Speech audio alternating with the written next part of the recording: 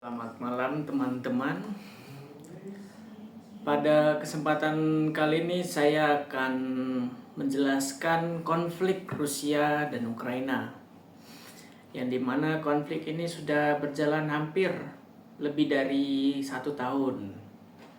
Nah, dalam kesempatan kali ini saya akan menjelaskan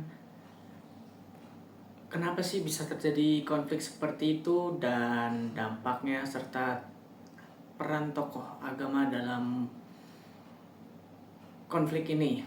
Yang pertama ada mengapa konflik ini bisa terjadi. Konflik ini yang pertama pada tahun 2014 Rusia mengambil alih Crimea setelah referendum yang dianggap tidak sah oleh banyak negara. Ini menjadi titik awal konflik terbuka antara kedua negara. Yang kedua, konflik di Donbas, wilayah timur Ukraina, khususnya Donetsk dan Luhansk, menjadi arena pertempuran antara Rusia dan Ukraina. Ini Rusia ini separatis pro-Rusia ya.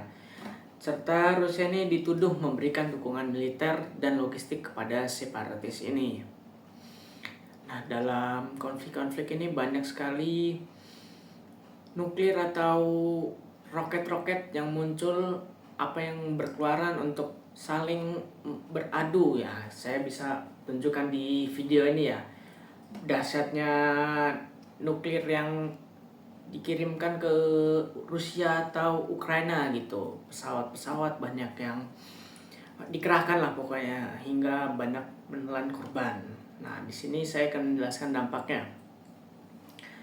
Perang antara Rusia dan Ukraina memiliki dampak yang luas dan beragam. Yang pertama adalah kemanusiaan.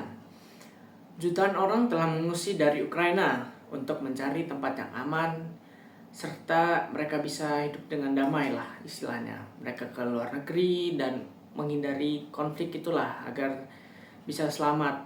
Terus ada krisis ekonomi. Nah, krisis ekonomi ini dari Ukraina. Ukraina mengalami kerugian ekonomi yang signifikan, termasuk kerusakan infrastruktur dan penurunan aktivitas ekonomi, serta kenaikan harga energi. Ketegangan antara Rusia dan negara-negara barat berdampak pada harga energi global, menyebabkan inflasi di banyak negara, serta keamanan global. Negara-negara di Eropa meningkatkan anggaran pertahanan dan memperkuat militer mereka sebagai respon terhadap ancaman Rusia.